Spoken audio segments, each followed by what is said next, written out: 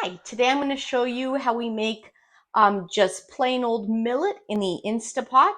It's one of many whole grains we enjoy just having on a rotation sort of basis in our fridge. We add condiments to it, we add vegetables to it. You can even mix it with fruit for something sweet in the morning as an alternative to oatmeal. So I'll just show you how I do that in the Instapot. All right, so all we need is an Instapot, some hulled millet. Be sure you're not buying the bird food kind. I get mine on Amazon. I believe Bob's Red Mill might have some smaller bags if you want to try it that way. Now that we know we love it, we often get a 25-pound bag at once, and I store it downstairs and then just refill these mason jars as needed. And of course, a measuring cup because you'll be needing some water. And then I usually, once it's cooked, will store it in, I'll split it into 4 containers. And then we could just take them out and reheat them in the microwave. Let's get started. So, well, you could certainly do this recipe on the stovetop as well. What I don't like about that is, and that's how I used to do it, but before I got an Instapot, you have to watch it, make sure that as soon as it comes to a boil, you turn it down or it tends to boil over. And then you need to not stir it at all, leave it covered on low and simmer it. And as soon as it's done, you need to take it off, right? So it's a lot of babysitting. It's a lot of work when I'm a busy homeschooling mom. I'm a lot of time commitment basically in the kitchen. I also work part-time, so I just love the Instapot for how once I've set it, I don't even need to think about it until I have time to scoop it out and it's done cooking and pressure released. So I've used them for over a decade. I have 3 Instapots now and I rely on them really heavily. So basic recipe, so easy. Just take my measuring cup, and I usually do 2 cups at a time. Occasionally I'll do 3, but usually 2 at a time because we find we kind of just like to change up the grains. We'll use millet, quinoa, brown rice, wild rice. We do a bunch of different legumes, and buckwheat, plus rolled oats and things like that. So those are the primary grains we focus on. I have a hard time buying teff and amaranth. They're really expensive, I find. So I have eaten them before in the past, but I just don't, they're not in our regular rotation, but they're delicious too. So explore all these different grains. It's one of the fun parts, I think, about eating whole plant foods. So 2 cups. I find millet to be one of the grains that sucks up the most water. So I would recommend, even in the Instapot, cooking it with 3 times as much water as grain. So I just measured out 2 cups of grain. I'm going to get a good 6 cups of water, possibly even a little bit more. Or I find it just, some of it will remain uncooked. And even this way, it's a very thick grain. It almost, once it cools in the fridge, it almost turns into like a cornbread consistency. It's very dense and can actually be cut and sliced even.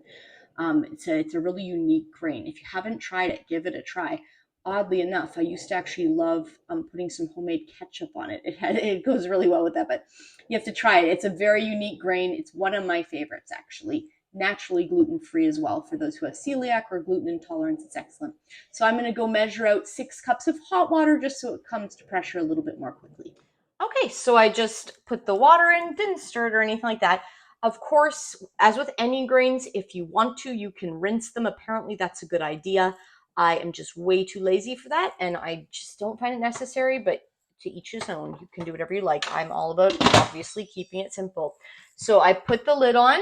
You'll notice if you've never used the Instapot, I just want to show you, there's a little cutout here. It's like a puzzle piece, and here's the cutout part on here. You have to stick it in, right? Drops down. Then you follow the sign here, close, turn all the way to the right until you can't move it anymore. And then this doesn't click or anything, but you need to turn this valve until it's pointed to sealing, or basically all the way to the right. And that's going to allow it to come to pressure.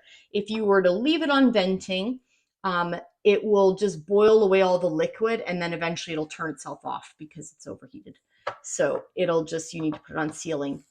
I really almost never use the venting. That is if you want to force a pressure release. I've shared this before, but it makes a big mess to me on inside the pot. It makes a mess of your food. I often find it just blows it to smithereens, especially if it's like pretty early on the pressure releasing process.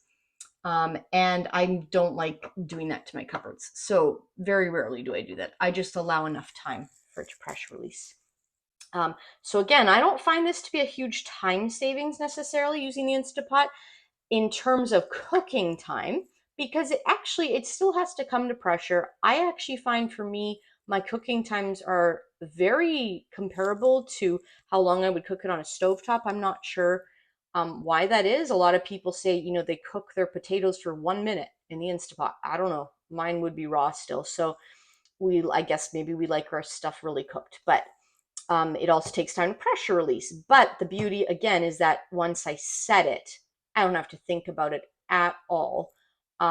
So it is a huge time savings in terms of how long it actually takes me to make millet. If I were not chatting, this would have been on in about 1 minute from the time I took out my grain. And then I do not need to come back until I scoop. I mean, that is faster than convenience food. That is faster than microwaving something. It's unbelievable in terms of kitchen prep time. So I can't recommend it highly enough if you want to eat whole foods in your home regularly, and particularly if you're feeding a family. It's just, we go through food so quickly. So, all right, the only function, other than recently I started making yogurt, but other than that, the only function I ever use on my pressure cooker is pressure cook. I know there's a million other ones to choose from. Forget it. I do pressure cook. And for millet, I find 20 minutes is what works for us. And that's it. Now I leave it, I let it do its thing, and I'll be back when it naturally pressure releases. My hunch will be that'll be close to an hour from now. Okay, so this is the millet. It took 35 minutes to pressure release. This is one of my newer Instapots, so this is how it shows pressure release. And then you'll see this little silver thing is down, and I could easily unlock it. So if it's still under pressure, you will not be able to open it. Okay, so there we go. Let me give this a quick stir and just kind of show you. It has this very thick, creamy consistency. And I almost want to say, like, it's not dissimilar to like almost a mashed potato consistency. You really have to try it. It's a very unique grain. So like I said, I just scoop it into 4 containers usually. This stuff really puffs up. It makes like quite full containers actually. And it just smells really good. This is, like I said, one of my favorite grains actually. This and buckwheat probably for me are my favorites. My husband really likes quinoa. My boys, their absolute favorite is brown rice. Actually, my husband loves brown rice too. But I probably fill it sort of like that. And then we either eat it fresh or I let it cool fully and I cover it so that it doesn't get dried out or anything. And yeah, we just eat it with all sorts of different things, veggies, fruits, to make a porridge, and sometimes just condiments, or I like it plain even. It tastes pretty good too with nutritional yeast flakes sprinkled on top. So I hope that gives you an idea of how you can use this whole grain and experiment with it in the kitchen. So please feel free to like and subscribe if you found this video helpful. Consider leaving a comment below if you've tried millet and if you like it.